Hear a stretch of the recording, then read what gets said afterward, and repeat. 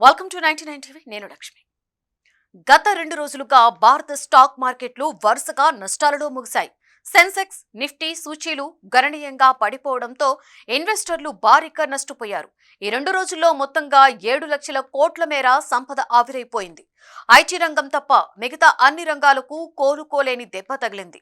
సోమవారం మార్కెట్ ముగిసే సమయానికి బీఎస్ఈ సెన్సెక్స్ 331 పాయింట్లు పడిపోయి 84,901 వద్ద నిలిచింది.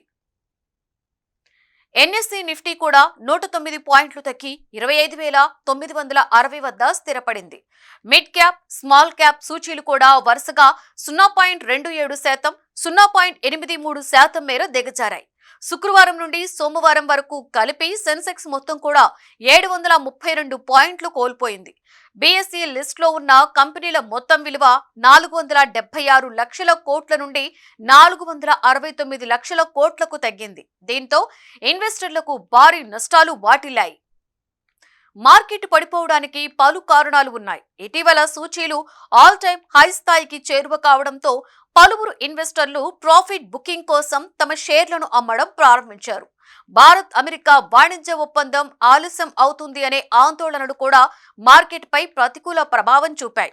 నిఫ్టీ 26,000 స్థాయిని నిలబెట్టుకోలేకపోవడం, చివరి అరగంటలో ఏర్పడిన తీవ్ర అమ్మకాల ఒత్తిడి కూడా సూచీలను కిందికి లాగాయి. అదనంగా నవంబర్ 28న విడుదల కానున్న Q2 జీడీపీ గణాంకాలపై ఇన్వెస్టర్లు ఎదురు చూస్తుండడం కూడా మార్కెట్ను ఒత్తిడిలోకి నెట్టేసింది. ఇటీవల స్టాక్ మార్కెట్లలో ఒత్తిడి పెరుగుతుండగా ప్రపంచ ప్రసిద్ధ ఇన్వెస్టర్ రాబర్ట్ కియోసాకి కూడా హెచ్చరికలు జారీ చేశారు. చరిత్రలోనే అతి పెద్ద మార్కెట్ క్రాష్ వచ్చే అవకాశాలు ఉన్నాయని ఆయన చేసిన వ్యాఖ్యలు పెట్టుబడిదారుల్లో మరింత ఆందోళనను పెంచాయి.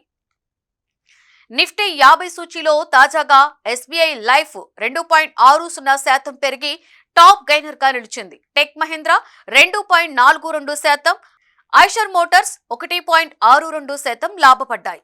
మరొకవైపు BEL 3.23%, JSW 2.37%, max health care 2.37% తగ్గి టాప్ యూజర్ల జాబితాలో నిలిచాయి. మొత్తానికి నిఫ్టీ 50లో ఉన్న 50 షేర్లలో 39 షేర్లు నష్టాలలో ముగిశాయి.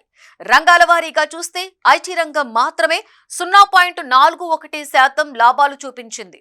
రియాలిటీ సూచీ 2.05% క్షీణించి అత్యధికంగా నష్టపోయింది. మెటల్, కన్స్యూమర్, డ్యూరబుల్స్ వంటి రంగాలు కూడా 1% కంటే ఎక్కువగా పడిపోయాయి. బ్యాంకు నిఫ్టీ స్వల్పంగా 0.05% దిగజారింది. ట్రేడింగ్ పరంగా వొడాఫోన్ ఐడియా షేర్లు అత్యధికంగా డిమాండ్ను చూపించాయి. ఒక్క రోజులోనే 67.5 కోట్ల షేర్లు చేతులు మారాయి. ఎస్ బ్యాంక్ షేర్లు 13.9 కోట్లు, జయప్రకాష్ పవర్ షేర్లు 12 కోట్లు ట్రేడ్ అయ్యాయి. ఇదే సమయంలో Bharat Rohan, Z freight, Shyam century, VLS finance వంటి స్టాక్స్ 12% మెరుగైనట్లుగా సూచీలలో కనిపించింది.